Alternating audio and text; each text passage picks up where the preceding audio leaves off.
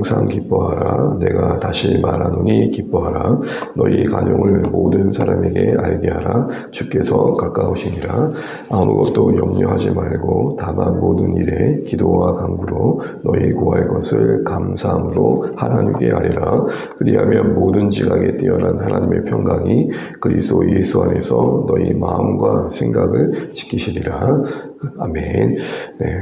오늘 새를 주님 찬양합니다. 기도하며 감사합니다. 너무 많이 받으십시오. 교회 속에서 바울이 그 겉면의 마무리를 하는 내용을 우리가 살펴보고 있습니다. 주 안에서 서기를 바랬던 그 겉면의 내용이 이어서 주 안에서 기뻐하라 라는 말로 오늘 좀 다른 주제로 그 겉면의 내용이 전환된 걸 보게 됩니다. 그 기뻐함이 어떻게 요구되느냐, 항상, 그리고 다시 말하노니 기뻐할 것을 요구받고 있는 우리의 내용, 말씀을 보게 됩니다. 내용 자체는 그게 어려운 내용이 아니죠. 그러나 우리 각자가 이 말씀을 읽을 때 부담이 되어지는 부분은 기뻐하되 그것이 항상 이루어져야 할 말씀의 순종이라는 점입니다. 항상이라 하면 좋은 일만 말하는 건 아닐 것 같습니다. 슬픈 것도 있고 괴로운 것도 있고 또 뭔가 염려되는 상황도 있을 겁니다. 나를 힘겹게 짓누르는 그 모든 상황도 포함되는 것이죠. 또 이렇게 보면 조금 어떻게 보면 우리의 현실을 너무 모르는 것 같다는 생각도 듭니다. 우리가 살아가다 보면 사실 매 순간순간마다 못마땅한 마음이 내 마음에 불평을 만들 때가 참 많습니다.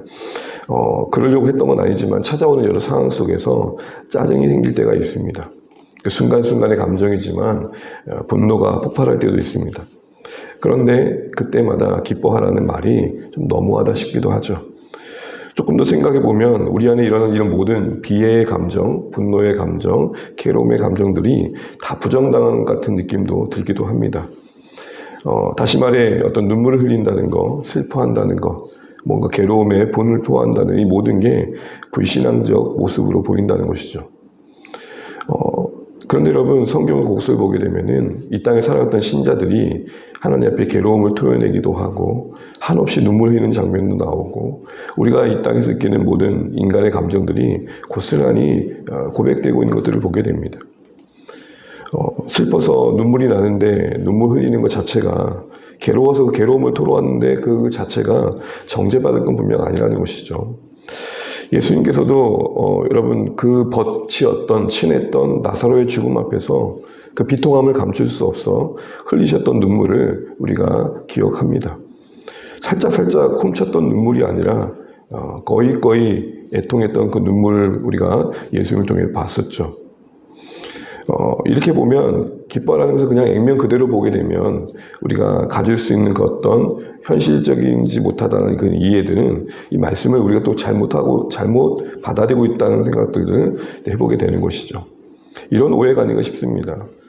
성경이 우리에게 뭔가를 요구할 때 그것을 단순히 원칙과 명령으로만 생각한다는 것입니다.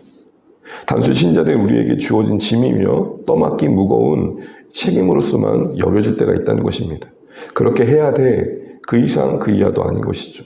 그러나 우리 너무 잘 알고 있는 것처럼 신자들에게 요구되는 이 모든 권면들은 명령 이전의 약속이며 원칙 이전의 관계입니다. 이렇게 해야 된다는 마땅함 이전의 약속입니다. 어떤 약속입니까? 예를 들어 사랑하라 라고 말씀하셨을 때 우리가 순종해야 할 명령이지만 그 이전에 하나님께서 그렇게 우리를 사랑하고 계신다라는 전제 가운데 주시는 말씀인 겁니다. 원칙 이전에 관계라는 말은 그것을 이루는 모든 과정들은 우리 힘으로 할 것이 아니라 하나님과의 관계 속에서 이루어져야 할 일이라는 것입니다. 그러니 오늘 이 말씀에 항상 기뻐해라, 기뻐하되 다시 기뻐할 수 있는 상황의 말씀의 요구들은 오늘 이 말씀의 앞에 보면 이 주 안에서 이루어진다는 사실들을 다시 한번 주목해 보게 되는 것이죠. 명령 이전의 약속이며 원칙 이전에 하나님과의 관계의 열매라는 측면이 바로 주 안에 담겨있는 의미라는 것입니다. 그래서 주 안에서 항상 기뻐하라 이 말은 포커스가 기뻐하라에 있는 게 아니라 주 안에 있다는 사실입니다. 우리가 기뻐할 수 없는 여러 상황들, 괴로울 수밖에 없는 여러 형편들, 참 분을 가질 수밖에 없는 여러 상황 속에 우리가 던져지겠지만 궁극적으로는 기뻐할 자리에 우리를 서게 하시겠다라는 하나님의 약속, 그 하나님의 관계, 그 약속과 관계와 함께 주어진 우리의 순종의 요구라는 것입니다. 무슨 말입니까? 슬퍼할 일이 있겠지만 주님 안에서 그 슬픔이 아름답게 기쁨으로 바뀔 날들을 약속하고 계신다는 겁니다. 괴로울 때 있겠지만 그 괴로움이 주님 안에서 우리의 삶을 더 소망 있게 하는 방향으로 하나님께서 만들어 가실 것을 약속하고 계심을 누려야 한다는 것입니다. 단순히 기뻐하라 그러니까 싱글벙글 늘 웃고 얼굴에 늘 항상 미소가 가득한 그런 모습만을 말하는 건 아닐 것입니다. 어떻게 보면 어떤 삶에 던져져도 궁극적으로는 흡족함을 누리는 것입니다. 분명 그 현실이 바라봐질 때 우리에게 주는 너무 큰 무거움이 있지만 다시 한번 좀 더 크게 바라봐 주님 안에 있다는 현실 속에 그 주님의 통치 아래 우리의 인생이 있다는 사실 속에서 그 상황을 다시 한번 하나님께서 주관해 가신다는 사실 속에서 누리는 안위함일 것입니다. 이런 의미에서 우리는 천국의 개념도 좀 생각해 볼 필요가 있죠. 우리가 계시록에서 하나님 나라가 완성되는 그때를 이렇게 표현했습니다.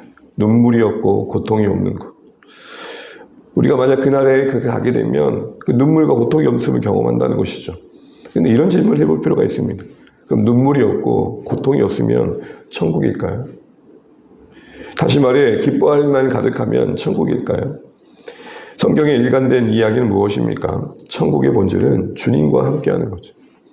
그런 의미에서라도 우리는 오늘 이 말씀을 다시 한번 생각해 볼 때 항상 기뻐하라, 다시 말하는 기뻐하라 하는 기쁨에 포커싱이 있기보다는 오늘 우리가 주 안에 있다는 것, 그것이 우리 현실 속에서 어떠한 삶을 만들어내는지를 잊지 말아라 라는 얘기일 것입니다. 그리고 이런 기뻐하는 삶은 이어지는 겉면의 관용과 그리고 이어지는 염려 가운데 기도로 이어진 것을 보게 됩니다. 사랑하는 주 안의 가족 여러분, 말씀을 맺겠습니다. 우리가 기뻐함을 요구받고 있습니다. 여기 정도는 괜찮습니다.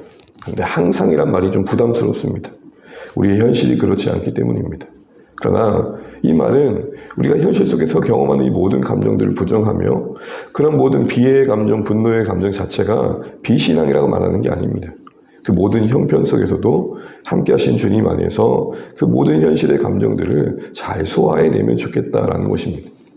그러기에 기뻐하라는 명령은 막연히 지켜야 될 의무의 어떤 명령 이전에 반드시 기뻐하게 만드시겠다는 약속이시며 또한 원칙 이전에 하나님과의 관계 속에서 우리가 그것을 감당해 가야 된다라는 하나님께 다시 한번 시선을 두게 하는 하나님의 마음이 담겨 있는 것입니다. 우리 다시 한번 이거 기억하시면서 하나님 우리에게 주신 요구 앞에 그것을 단순히 무거운 책임으로만 여기는 게 아니라 하나님의 약속을 기억하고 하나님과 관계 속에서 우리에게 주어진 이 삶의 방향들을 넉넉히 감당해 가신 하루가 되면 좋겠습니다. 주님이 우리와 함께 하신다는 것, 이 사실 잊지 않고 오늘도 마주하는 현실 속에 슬픔이 올 것입니다. 분노의 감정이 분명히 있을 것입니다. 순간순간 짜증나는 순간 생길 것입니다. 그럴 때 잊지 마십시오. 우리 안에 있는 감정이 우리를 짓누르기 전에 우리가 주님 안에 있다는 것, 그 사실 앞에서, 그 관계 앞에서, 그 약속 앞에서 우리 다시 한번 기쁨을 선택해가는, 기쁨을 소망해가는 오늘 하루하루 되시기를 주님의 이름으로 축복합니다. 기도하겠습니다. 오늘 바울의 성도들에게 주 안에서 기뻐할 것, 항상 기뻐할 것을 요구합니다. 우리의 현실과 거리가 먼 요구가 아니라 그런 어떤 원칙과 명령 이전에 주님과의 관계 속에서 약속된 은혜임을 말씀하고 있습니다. 명령 이전에, 원칙 이전에 약속이며 주님과의 관계 속에서 우리에게 이 기쁨을 우리에게 요구하고 있는 것입니다. 하나님 안에서 우리의 신앙이 내 힘으로만, 내 실력으로만 이루어지지 않는 것을 늘 기억하면 좋겠고, 우리에게 오늘도 순간순간 찾아오는 모든 희노애락 속에서 비애와 분노의 감정 속에서, 짜증 속에서 주님 안에 있다는 사실들을 놓치지 않고 기쁨으로 우리를 이끄시는 하나님의 인도하심과 기쁨의 자리에 서게 하시는 하나님의 약속을 누리는 한 날 되었으면 좋겠습니다. 주 안의 가족들이 오늘 일상을 위해 기도해 주시고 우리 자녀들이 흐트러지지 않고 마음의 중심을 지키고 저들의 성장의 과정에서 보여지는 모든 연약함들 또한 어그러짐들이 주님 안에서 잘 세워져 갈 수 있도록 저도 인생을 붙잡고 책임져 주실 것들을 기도해 주시고 있고 사랑하는 가족들이 자녀들의 인생 위에 은혜 있도록 기도해 주십시오. VIP를 우리가 품고 있는 영혼들을 위해서 이름 불러가며 기도하면 좋겠고요. 또한 오늘도 우리가 투여 기도회를 만날 텐데 말씀 기도회 가운데 하나님의 은혜가 있도록 기도해 주시면 좋겠습니다. 지친 우리의 삶의 여정 속에 말씀의 시간이 위로가 되고 소망의 있는 시간이 되고 있다고 기도해 주십시오. 또 각자 기도 제목 가지시고 교회를 위해서 이 나라의 민족을 위해서 또 함께 선교지를 위해서 기도하시겠습니다. 하나님 오늘도 우리에게 허락하신 한 날을 감사합니다. 아버지 하나님 오늘도 새 날을 주신 주님을 찬양합니다. 마땅히 당연히 여기는 한 날이 되지 않게 원합니다. 아버지 하나님 우리에게 기뻐할 것을 요구하십니다. 막연한 의무와 책임과 원칙 이전에 하나님과의 관계 속에서 우리가 살아가야 할 삶의 방식이며 또 우리에게 약속된 삶임을 알게 됩니다. 지금은 슬프나 반드시 우리에게 기쁨의 자리에 서게 할 것입니다. 우리를 분노케 하는 모든 형편들이 오히려 우리에게 감사가 되게 할 것을 말씀하고 계십니다. 하나님 우리의 시선이 다시 한번 주님 안에 있기를 원합니다. 우리 안에 일어난 모든 감정들과 생각들 속에 우리가 지배받지 않게 도와주시고 주님 안에 있다는 더 큰 사실 속에 우리가 하나님의 이끄시는 기쁨의 자리를 소망하며 누릴 수 있도록 역사하여 주시옵소서. 그것이 우리 삶의 관용과 그것이 우리 삶의 염려 가운데 기도로 이어질 수 있도록 도와주시기를 간절히 바라고 합니다. 하나님 우리에게 기쁨이 있다는 것이 나만 즐겁고 행복한 것이 아니라 그 누구에게 여유와 넉넉함과 용납함을 흘러가야 하는 것입니다. 또 염려 앞에서 흔들리지 않고 다시 한번 기도하는 것으로 증거되어 줄 수 있도록 인도하여 주시옵소서. 하나님 우리를 도와주시고 우리에게 은혜를 베풀어 주시옵소서. 하나님 우리에게 도와주시옵소서. 주의 은혜가 있기를 간절히 바라고 합니다. 하나님 우리의 뜻이 아니라 우리의 뜻이는 주님을 소망하게 도와주시고 하나님 은혜를 베풀어 주시옵소서. 하나님 도와주시옵소서. 하나님 보시고 인도하시고